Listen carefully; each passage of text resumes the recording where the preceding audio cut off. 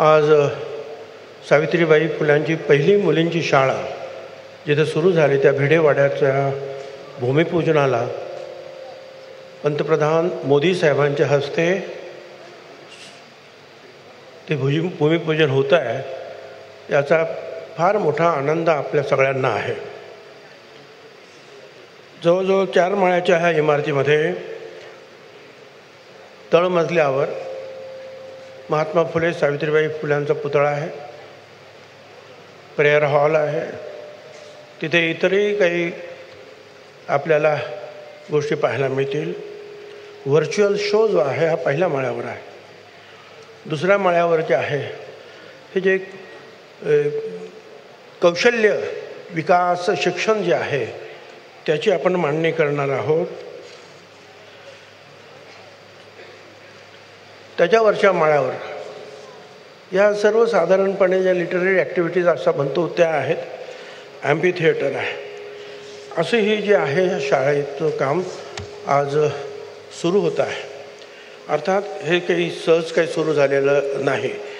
याच्यासाठी साधारणपणे 20 वर्ष लढा द्यावा लागला आणि त्याच्यासाठी तिथं लक्षात आल्यानंतर पुण्यातले अनेक म्हणजे फार पूर्वी इथे कृष्णकांत कुदळे, बाबासाहेब, बाबा आढाव, गप्रप्रधान, सदानंद वर्दे साहेब, आम्ही सगळ्यांनी प्रयत्न करून सुद्धा काय ते होत नव्हतं. परंतु मग शेवटी जे आहे साधारणपणे 15-20 वर्षापूर्वी ॲक्विजिशनची नोटीस निघाली आणि प्रकरण सगळं कोर्टात गेलं. समता परिषदेचे कार्यकर्तेसुद्धा धरणं धरायचे. स्वतः बाबा आढाव त्या ठिकाणी उपोषणाला आणि धरणं धरायला बसले.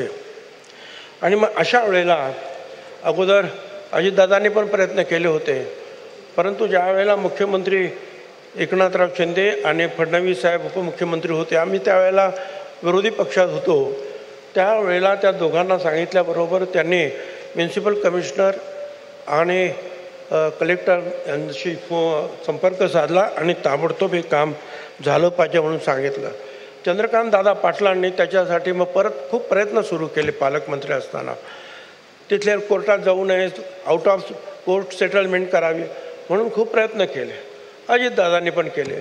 शेवटी मग आम्ही सगळं ठरवलं की आता जे काही कोर्टात होईल ते लढूया आपण. कोर्टामध्ये मग जे आहे तिथे मात्र जे आहे आपल्या महाराष्ट्राचे AG असतील, मग कुंभकोणी असतील, इतर जे काही चांगले वकील असतील त्यांनी लावून धरलं. हायकोर्टात आपल्या बाजूने निकाल झाला. सुप्रीम कोर्टात गेले. सुप्रीम कोर्टातसुद्धा आपल्या बाजूने निकाल झाला. आणि अशा रीतीनं साधारणपणे 2000 सालापासून हे आपलं स्वप्न जे आहे हे शेवटी झालं, पूर्ण होत आहे आता. अर्थात याच्यासाठी मला आयुक्त राजेंद्र भोसले, कलेक्टर सुहास दिवसे या सगळ्यांचे फार मोठे जे आहेत आभार मानायला पाहिजे. मला पुणे नगरपालिकेचे, महानगरपालिकेचे आभार मानायला पाहिजे. आणि त्यांना मला सांगायचं आहे की महात्मा ज्योतिराव फुले हे पुणे महानगरपालिकेचे सभासद 6 वर्ष होते. काही ठिकाणी ते कमिशनर होते असा उल्लेख आहे, पण निश्चितपणे जे आहे सभासद तर नक्कीच होते. अर्थात त्यावेळेला कदाचित काही लोकांना इंग्रज सरकार कमिशनर अशी पदवी पण देत असतील, पण हा जो आहे हा रेकॉर्ड आपल्याकडे आहे. आणि ही पहिली जी शाळा सुरू झाली, ही शाळा जागा कोणी दिली? एक तर जे आहे महात्मा ज्योतिराव फुले सावित्रीबाई फुले यांना वडिलांनी घराच्या बाहेर काढले, सगळं काम तू करतो म्हणून. त्या उस्मान शेख यांनी त्यांना राहायला जागा दिली. त्यांच्या बरोबरच्या फातिमा बी शेख होत्या, त्या आणि सावित्रीबाई फुले या दोघींनी शिक्षण घेतलं. पहिली जागा दिली भिडे ब्राह्मण समाजाचे, दुसरी जागा चिपळूणकर ब्राह्मण समाजाचे, आणि त्याच्यानंतर जे आहे महारवाडा, हडपसर, ओतूर, सासवड, लाटाचे घर, नायगाव, शिरवळ, तळेगाव, ढमढेरे अशा अनेक शाळा ज्या आहेत सुरू झाल्या. पण या शाळा ज्या सुरू झाला त्यावेळेला जसं या सुधारक ब्राह्मण समाजानं पाठिंबा दिला जोरदारपणे, तसंच कर्मठांनी विरोध केला. त्या विरोधामध्ये अर्थात आमचे सुद्धा लोक होते. किंबहुना जयदेव जवळकरांनी जो 1925ला ठराव केला पुतळा लावा म्हणून, तिथे आमच्या लोकांनी सुद्धा विरोध केला. एक फुले नावाचे ग्रस्त होते, त्यांनी सुद्धा विरोध केला. त्याचं नाव शेवटी त्या मोठ्या कर्तबगारीमुळे एका चौकाला त्यावेळेला देण्यात आलं. आपण पुढे जे आहे जवळ 44-45 वर्षानंतर यशवंतराव चव्हाणांनी जे आहे 69 सालामध्ये जे आहे त्या पुतळ्याचं तिथे अनावरण केलं. अशा रीतीने हे महात्मा फुलांचे पुतळे म्हटल्यानंतर, सावित्रीबाई फुलांचा पुतळ्यानंतर ह्या अडचणी यायच्याच. परंतु या सगळ्यांवर आज मात करण्यात आलेली आहे.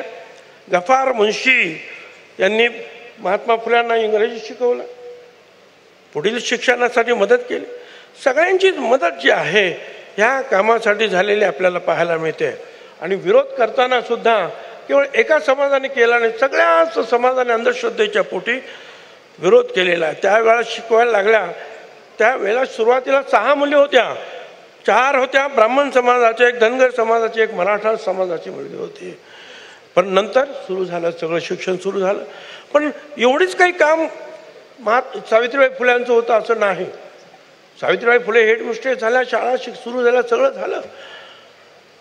पण सतत सावित्रीबाईंनी जे आहे 50 वर्ष जे आहे लोकांसाठी ते सतत देहाची जे आहे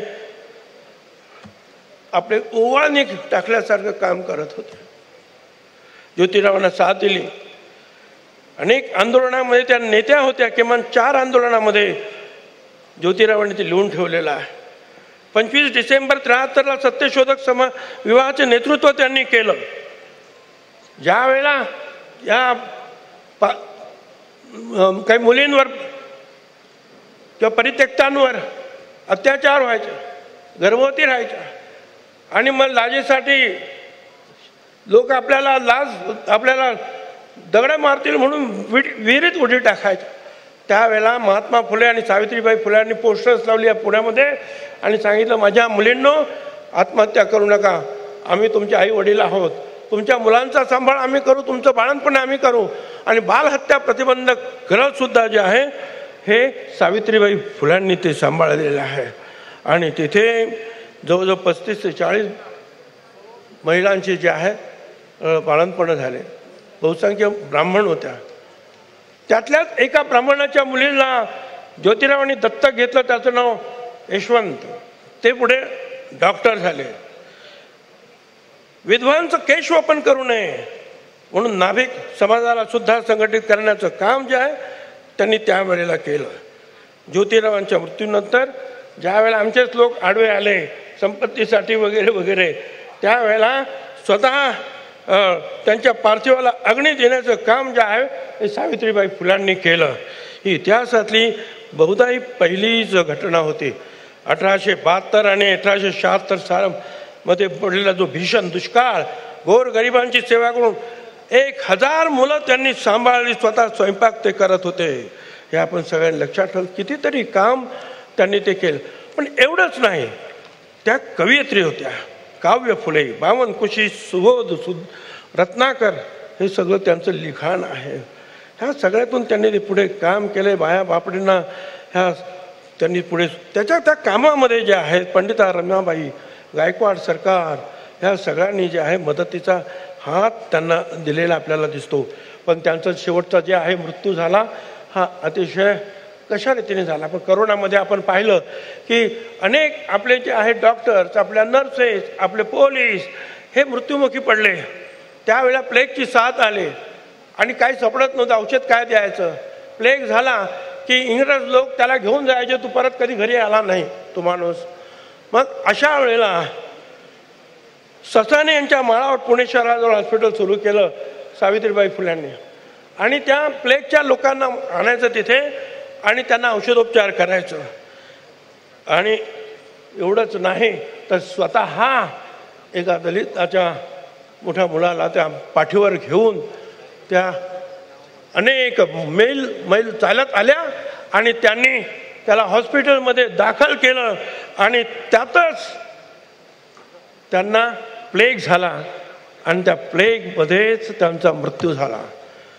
जनतेची सेवा करत असताना, समोर मृत्यू दिसत असताना यशवंत डॉक्टर सांगत होते, आई तुला प्लेग होईल. त्यावेळेला त्यांनी सांगितलं, अरे शेठजी, म्हणजे ज्योतिराव असते तर ते घरी बसले नसते, म्हणून मला हे काम करायलाच पाहिजे.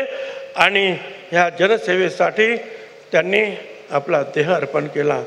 अशा या सावित्रीबाई फुले यांच्या पहिल्या मुलींच्या शाळेचं आज भूमिपूजन भारताचे पंतप्रधान यांच्या हस्ते होत आहे. कार्यारंभ अतिशय मनापासून आम्हा सगळ्यांना आनंद होतो आहे. सगळ्यांची नावं घेता येणं शक्य झाले नाहीत, पण अनेकाचे प्रयत्न यांच्यासाठी कारणे लागलेत. त्या सगळ्यांना धन्यवाद. एबीपी माझा, उघडा डोळे बघा नीट.